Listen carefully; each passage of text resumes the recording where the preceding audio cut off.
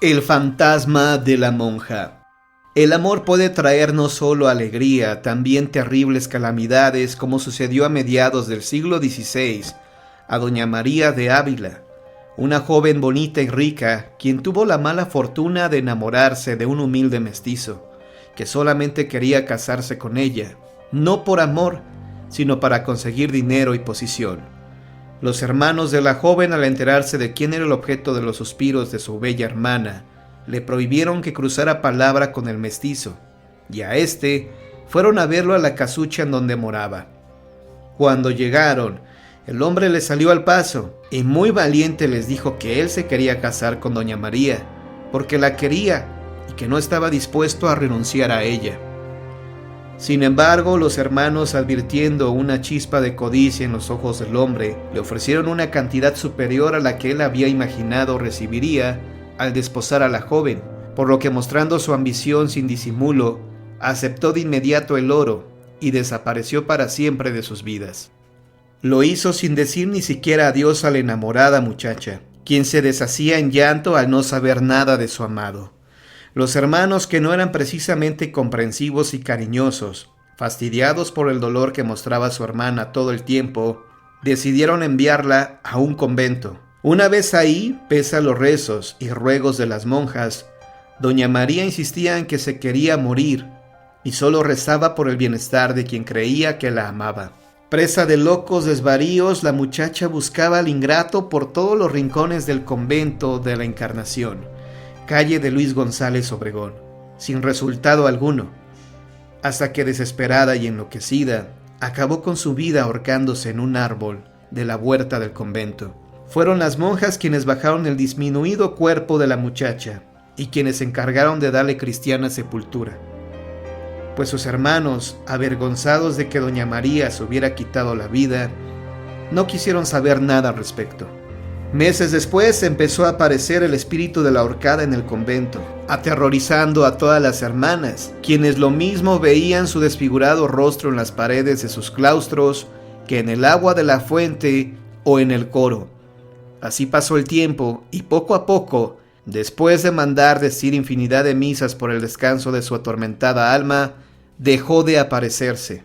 Todos creyeron que ya finalmente había alcanzado la luz del Señor, pero tiempo después se supo que el que había sido su amor y la había dejado por dinero, también había fallecido ahorcado en un árbol de una plaza pública en un barrio desconocido de la provincia de Culiacán.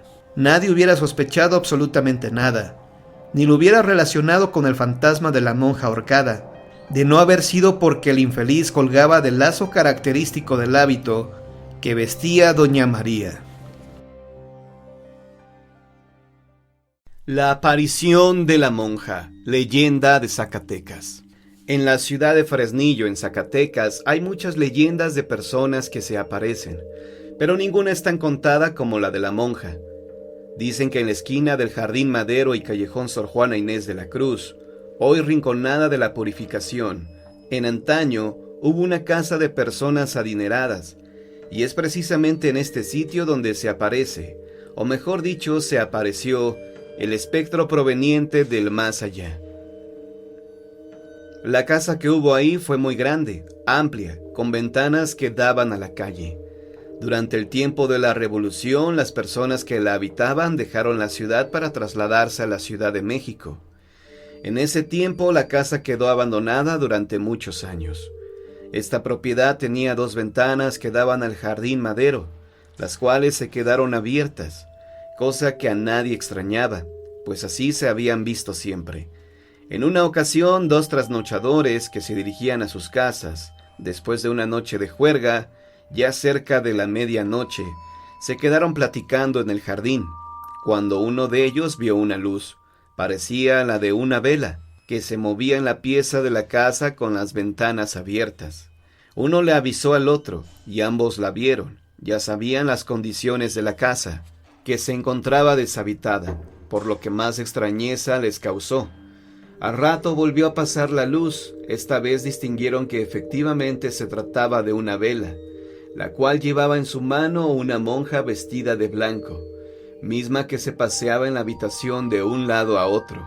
Al poco rato desapareció. Después de algún tiempo de estar esperando para ver si veía de nuevo a la monja, cansados e intrigados por su experiencia, se retiraron a sus domicilios, prometiendo volver, ya en su juicio, al siguiente día a la misma hora. El fenómeno se repitió día tras día, pero solamente aparecía de las 12 de la noche en adelante, y durante 1 hora aproximadamente.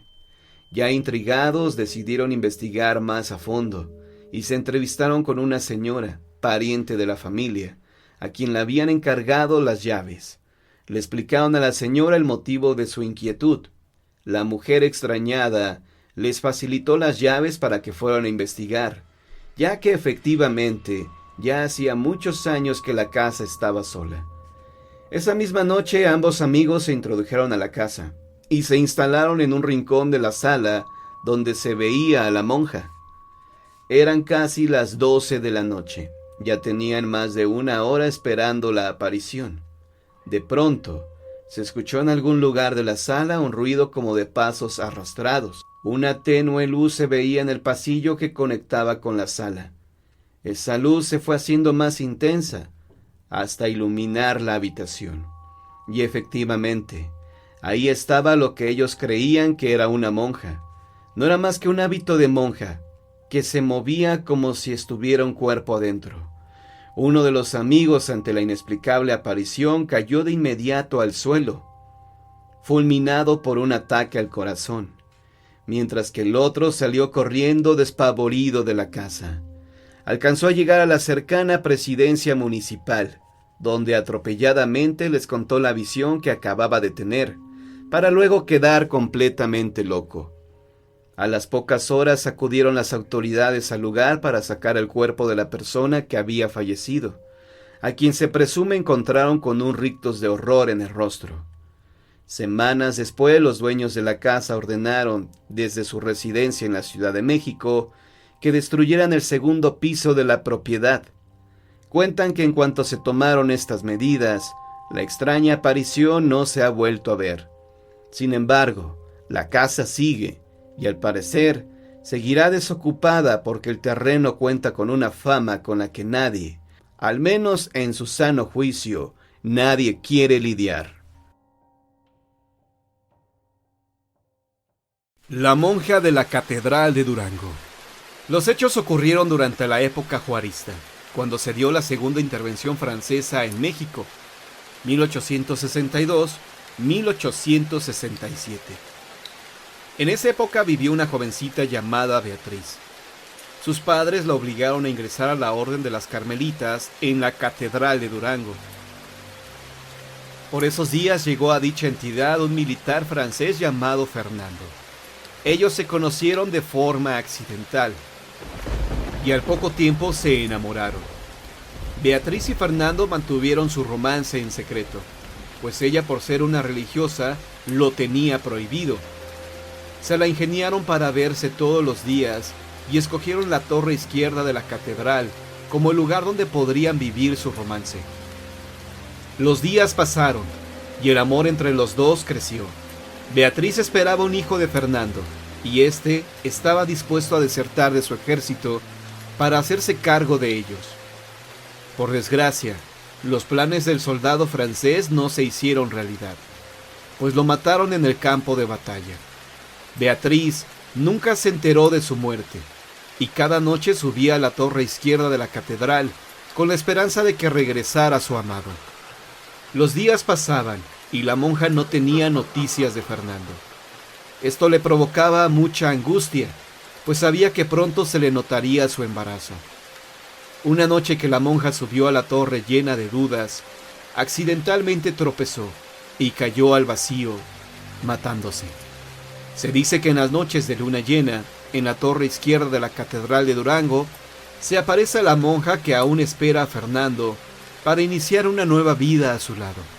También se comenta que a Fernando lo han visto cabalgar por la hacienda de Tapias, llorando por la pérdida de su amada y de su hijo.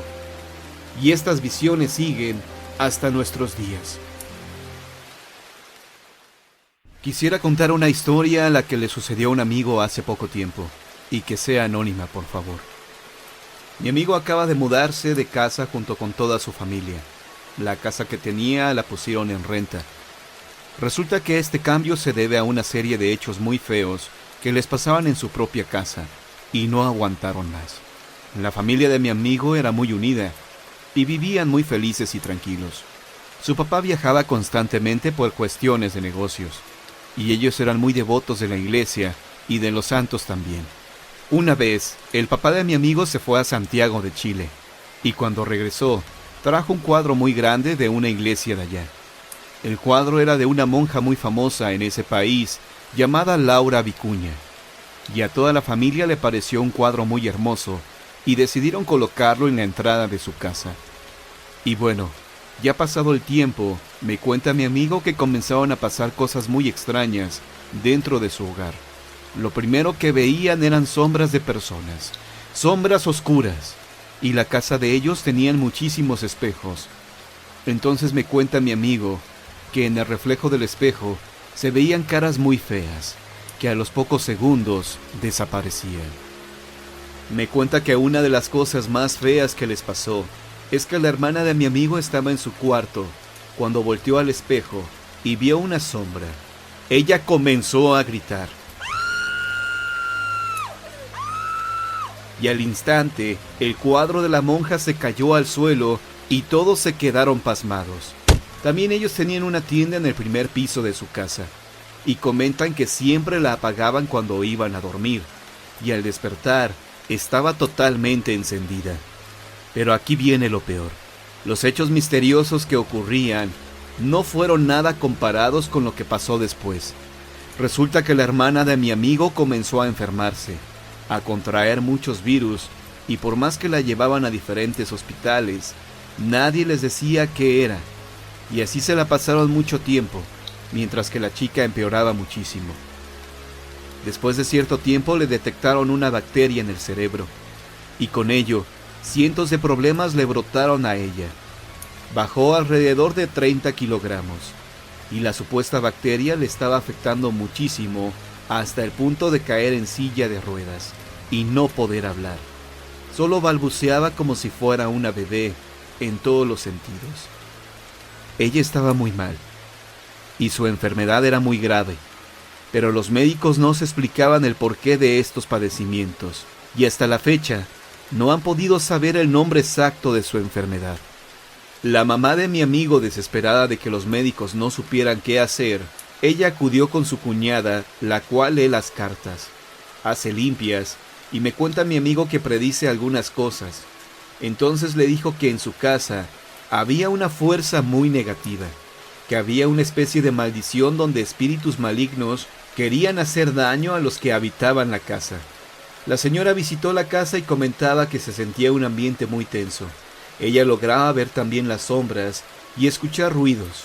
Sin embargo, la familia nunca se puso a pensar que el cuadro de una monja podría ser el causante de sus desgracias. Entonces la mamá se puso a pensar que todos los hechos misteriosos comenzaron desde que ese cuadro estaba colgado ahí, y que varias veces se había caído cuando hacían oraciones. La señora le sugirió que lo regalaran para ver qué pasaba. Entonces la familia decidió donarlo al colegio que estaba mi amigo, el cual tiene el nombre de Laura Vicuña. Y casualmente, después de ciertos meses en el colegio, también se empezaron a ver sombras y escuchar ruidos. El cuadro estaba en la dirección del colegio, y comentan que se llegó a caer varias veces. Ya no supimos si el cuadro lo siguen conservando, pero la familia seguía viendo sombras, ruidos, escuchaban risas burlonas, y la hermana seguía en el hospital y empeorando. La familia decidió mudarse de la casa hace apenas algunos meses, y después de eso, la hermana de mi amigo comenzó a mejorar poco a poco. Dejó la silla de ruedas, subió de peso. Sin embargo, sigue estando enferma, y poco a poco está recuperando el habla. La familia llegó a la conclusión que ese cuadro estaba maldito. Ahora, en su nueva casa, ya no han visto nada misterioso.